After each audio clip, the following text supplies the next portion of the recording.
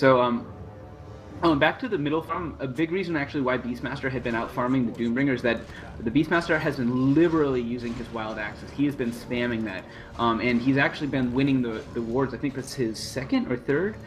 Or it couldn't have been his third. Excuse me. He's gotten both wards. Sorry, both runes. I keep mixing up those two words. And he's really just been spamming his wild axes all over those creeps, which has been giving him the giant lead. And now he is with the double damage. He's going to get even further ahead. So yeah, he's at what, 20-4 and 25-6. It is fairly close, but of course, remember with X-Hold from Devour, it's probably somewhat similar in terms of gold. This bottom lane we've been kind of just somewhat ignoring, but really there's not much to say right now. They both just actually is it fairly equal farm, 21-4 up against 22-7. Yeah, these guys are incredibly equal right now. And basically using Shikuchi to farm, and then also using the Arachne on the other hand, using her Spiderlings to farm as well. So that's a pretty tame lane. In fact, none of the support heroes have gone down there at all. We see a smoke up in middle lane, and the Earthshaker's been found out again. He is able to get off his stun before, but he just gives up, and man, that was almost a suicide.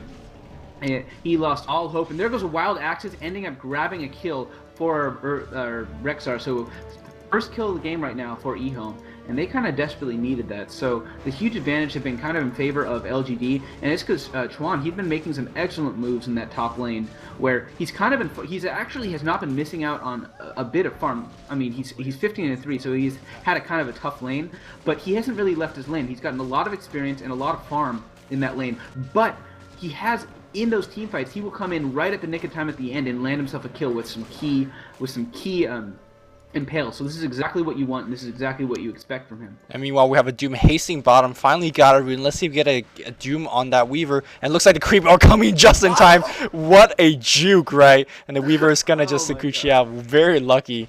That's Lamb on the Weaver. I wanted to point out that even though ZSMJ and Lamb is pretty much close on the farm, ZSMJ's been doing this, microing his Spiderlings in the jungle, so I'm pretty sure he's up ahead in terms of farming. On top lane here, we have a Fisher going on the line who just got a kill on the Windrunner, and kind of like what you said, Chuan is doing an exceptional job on the top lane. You can see that LG strat is working out really nicely. They're putting him solo against a tri-lane, which you would think tri-lane would definitely beat the solo, but because it's a very protected lane, with the Enchantress and Venge coming once in a while, and the stress on work once in a while, because again, check out their levels. They're both hitting 5, or at least the Venge is hitting 5 fairly soon as well. So they've been jungling quite a bit. The line now, because he's level 7, can threaten a finger anytime. Potom only level 4, Shaker level 3. And the level advantage is a little bit too much as we see a gank going on the mid lane. Are we going to see a Doom? Yes, we are. The Beastmaster is going to run out fine. We have a teleportation coming in, and that is going to ward off the Scourge. The Scourge wasted a lot of resource. A single smoke and a Doom, which is a significant cooldown in this stage of the game at least. So I suppose EHome came a little bit ahead in that. I want us to talk about those the Vengeful Spirit and the Enchantress. They have been farming. I do like how they are farming more than what we see in most of the time when we see from European Enchantress play. But they've actually, I mean, I don't even know the number of smokes they've bought. They have actually been quite aggressive as well. The main difference is that normally we don't see dual roamers. So and here, as we say this, Vengeful Spirit comes from behind, and no matter what Earthshaker can do, they can't really save the day. And this is big if they can get a kill here on YYF, but no, YYF is going to escape. And in fact, the great slow there, coming in at the nick of time is the Enchantress, and man, things are just working out too perfectly for LGD. It's like they're not even, everything is working out perfectly efficiently. Enchantress finishes off her neutral camp, and runs down to mid lane just in time to finish them off, and there goes a save. They're 1-8 in terms of hero kills right now, and I honestly did not expect it to be like this at this point in the game. Yeah, it's really looking bad for EHome. This is really, I mean, generally I don't talk about from personal experience in terms of gaming, but it really reminded me of a game where we played in the DC tournament. Where this was our strat. We're on EHome side, we're like saying we got pretty rape in game 1. Let's play a heavy gank strat to kind of get back into it. But when gank strat don't work out like this, and you're facing them against a farming strat, it really, like, you basically, I don't know what their morale is, but judging from that personal experience, the morale must have been pretty low right now. They're professional players, and they should know what they're doing. Beastmaster, I want to point out, level 7, bottle boots, and a gem. This is, wow. I mean, as Chinese as it gets. I've never really seen I this don't kind of play. understand, Yeah, he's going for counter warding, which I suppose is Yeah. great. But you gotta also keep in mind that Enchantress is somewhat of a counter to Beastmaster. If you ever have a Hawk that you're not really microing, she could just take your Hawk for free. So you gotta always be really careful about your Hawk control, especially against Enchantress. Meanwhile, on the bot lane here, again, you see these Spiderlings going to jungle. ZSMJ is farming up both in his lane and also in the jungle. Looks like we have a gank of some sort coming in. There's a Hawk leading it in, and that's where the gem is gonna be helpful against that Broodmother. It's gonna be a free Fisher, and let's see who's gonna pick up the kill. Longdi picks it up, and that is gonna help him get a bracer or something to keep him alive. Yeah, so the gem, normally we think, okay, is that investment, whatever the 700 gold, is that really worth the counter warding? But he's like, no, it's not just 700 gold. It's 700 gold plus the gold from getting the kill. When I go bottom lane and surprise them with a level 7 gem. Although, saving the day is going to be actually excellent Fissure. No, not quite blocked. Thing is, the slow is going on, and they're using the illusion rune to take out the boar. And now we see Lucifer charging the way, and that burning the ground, almost like the Germans as they tore across the land of Europe, and everyone was fleeing in terror. No, but unlike Hitler, he turned around. So he's going back to mid lane, and let's see, we have Priestess has gone to mid lane now, and one thing where you can really see how the strategy of LGD has paid off in terms of EHome, the Mirana just turned level 6. Up to a second ago has been level 5. And that's what happens when you have, everyone in the same lane. You have a tri-lane like that.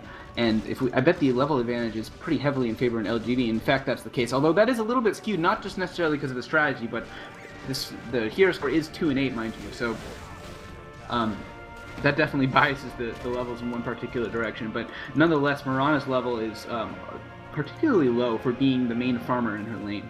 Yeah, it looks like we have a teleportation coming in from the Doom as well. Let's see if there's going to be some creep block this time. Doom is coming with a Scourge Dwarf, but unfortunately, no dust on either of these heroes. So Weaver just get the hell out another time. Meanwhile, on the Sentinel, looks like we have 4 heroes in the mid lane. Going to go transition into a push. This mid tower is finally going to go down. I want to point out that this is 12 minutes in, first tower is going down. Again, very unorthodox game, especially in this day and age, where towers are dropping left and right is so common. Looks like Beastmaster might be picking up. No, Sentinel gets it. Which, by the way, if Sentinel gets the tower, your team actually gets a little bit more gold. Not too sure how important that is in a pro game like this, but it's worth noticing, worth pointing out, I suppose. Oh, one other thing before I want to hand the mic back to Ian is that before this push, Windrunner was farming a little bit at top lane, which this is very stock, I guess, 820 or EHome captaining, where they like to transition into the mid game, giving their support a little bit of farm, a little bit of EX experience. A lot of times we see supports, Venge, CM, Windrunner in this case, just expect to roam the map from maybe 15 minutes on until the end of the game. And the result of that, we see supports with no HP, no mana, no gold or anything. But if you give the Windrunner some farm, then she is going to be somewhat helpful. She's going to get a bracer or two or whatnot. It looks like we have an engagement on the bot lane here. We have 2 Scourge hero coming in. Do they have dust? None of them have dust either. So can they get a Hex off? No, they can't. This Weaver his life expectancy is longer than usual because these guys are not getting dust, which is very surprising. We also have an Invis-Dune coming in though, and it looks like these Shaker and Potter might be in trouble in the mid lane. So Doom is taking the correct tactic. Last time his tactic for sneaking up on Nerubian Weaver was doing a Scorched Earth and then hoping that Nerubian didn't notice before he could get a Doom off. This time he used his Invis rune, but then again pocketed it somewhat prematurely and runs away in fear. So not the most effective roam from YYF in the world, both attempts, but nonetheless, I mean, it definitely didn't hurt anything. Great shackle shot in top lane as the TP comes in from Mirana. I don't know how long that heal's been going on the Enchantress. No, they're not going to be able to take her out at all. Enchantress is one of the most possible heroes to take out in terms of their heal. And actually, at level 7, though, she's not very high level, if at all, in her Untouchables. But so, meanwhile, mid lane, let's take a quick check at the farm. It's 55 creep kills for the Beastmaster and 50 creep kills for the Doom. Bottom lane, we got 62 creep kills for our Nerubian Weaver and 75 for our Broodmother. So fairly even game so far. Maybe a slight advantage in favor of LGD, but also, of course, the 8 hero kills. And that is where we're going to see the difference on the support levels and money. It's because they are the ones who have been picking up these kills. particularly an Enchantress. And our Lion, even though Lion has, I think, a little bit less farm. No, about the same farm as our Priestess. So definitely huge advantage right now. Maybe not huge, but I would say it's like 70-30 advantage in favor of LGD at this point. Yeah, and I think before I continue with my point here, I think of course the score kill is going to be very biased to LGD right now. But look at Vengeful Spirit, she's close to her urn. Enchantress got an Arcane Speed finish, and compared to the support on the Sentinel, Shaker's level 4 with nothing. Enchantress got a headdress. I mean, that's what she's gonna show for. So the farm and the experience is not even close in comparison. Meanwhile, this Lone DD Hawk on the top lane scouting absolutely everything. And that should give Sentinel a little bit of positional advantage, but positional advantage can be only so helpful if you're down by level and XP. Meanwhile, in the mid lane here, we do have the Broodmother transition to mid lane, so maybe she's trying to get a little of a push going off when there's an engagement top lane. Tower at the mid is somewhat high HP, but with no one defending, this tower will go down fairly quickly. And I think on the top lane, these guys should be able to defend. Very sturdy heroes, a lot of heal, a lot of regen, a lot of nuke damage to kind of counter push. And of course, they always have these creeps, which is annoying to push against. Looks like they're being a little bit of a tower trade. Doom is going to be teleporting top, and that should just ward off the entire Sentinel push. Let's see if the Sentinel is going to back up. Well, yeah, after seeing those three heroes, in fact, they know Enchantress is there too. They see her creep, so they do in fact back up. And a great trade there. Well, not really a trade at all, where LGD picks up the tower middle uncontested, where the push attempt was fail on top. Another perfectly timed TP. It was a little bit later, perhaps perhaps EHome would have made the commitment, but it was just in time so that they didn't have time to defend middle tower, but it kept them away from finishing that very low HP tower.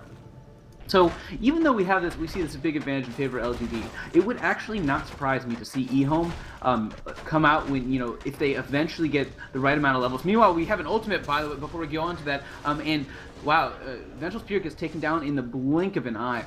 So, as I was saying, yeah, I think this engagement is not going to continue.